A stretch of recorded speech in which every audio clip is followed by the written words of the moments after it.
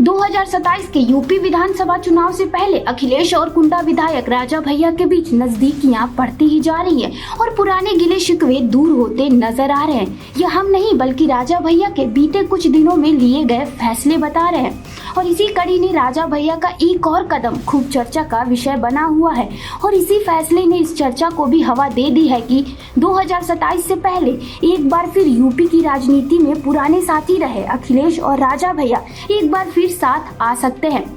दरअसल 2019 के लोकसभा चुनाव में प्रचार के दौरान यूपी के पूर्व मंत्री और समाजवादी पार्टी के विधायक इंद्रजीत सरोज ने मंच से राजा भैया पर निशाना साधा था। इंद्रजीत सरोज ने कुंडा विधायक राजा भैया पर गंभीर आरोप लगाए थे। राजा भैया ने इंद्रजीत सरोज पर 5 करोड़ रुपए का मानहानि का दावा ठोक दिया था, जो मामला कोर्ट में चल रहा था।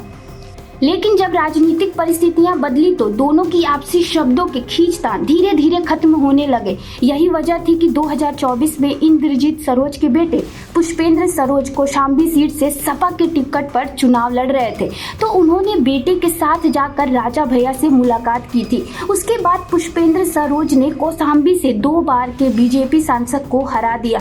इस दौरान इंद्रजीत सरोज और राजा भैया के बीच संबंध सुधरते चले गए। अब राजा भैया ने 2019 में दायर मानहानि का मुकदमा भी इंद्रजीत सरोज के खिलाफ वापस ले लिया और राजा भैया के केस वापस लेते ही पूर्व मंत्री इंद्रजीत सरोज ने राजा भैया को थैंक यू कहा। उन्होंने यह भी कहा कि साल 2019 चुनाव के दौरान दोनों एक दूसरे के विपक्ष में थे, इसीलिए हम लोगों ने शब्दों का वार किया था। राजा भैया ने अब उस केस को भी वापस ले लिया है, इसीलिए उनको थैंक यू। यही नहीं, मेरी उम्र अब 61 साल हो गई है।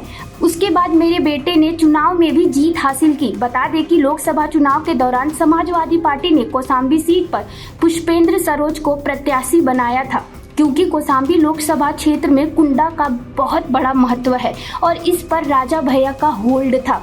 राजा भैया ने पुष्पेंद्र सरोज को समर्थन देकर उस विधानसभा सीट से जीत करवाने में अपना पूरा सहयोग दिया था। इसीलिए पुष्पेंद्र सरोज के पिता इंद्रजीत सरोज भी राजा भैया को थैंक यू कह रहे हैं।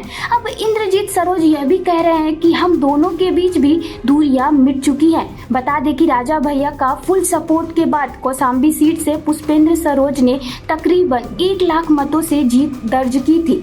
अब तक हुए इलेक्शन में सबसे ज्यादा मतों से जीतने वाले कैंडिडेट पुष्पेंद्र सरोज बन गए थे। वहीं सियासी गलियारों में राजा भैया के इस कदम को समाजवादी पार्टी की नजदीकी के रूप में देखा जा रहा है। बता दें कि बीते लोकसभा चुनाव के दौरान बीजेपी के सहयोगी दल अपना दल इसके प्रमुख अनुप्रिया के बयानों से राजा भैया काफी आहत बताए जा रहे थे। इस दौरान उनके समर्थकों ने एनडीए के प्रत्याशी का विरोध करना शुरू कर दिया था। वहीं अब देखना होगा कि क्या यह कयास सच्चाई में बदल पाएंगे या फिर राजा भैया अपनी पार्टी का प्रत्याशी यूपी विधानसभा 2027 में उतारेंगे और फिर से एनडीए का साथ देंगे। इस पर क्या राय है आपकी, कमेंट में जरूर बताएं।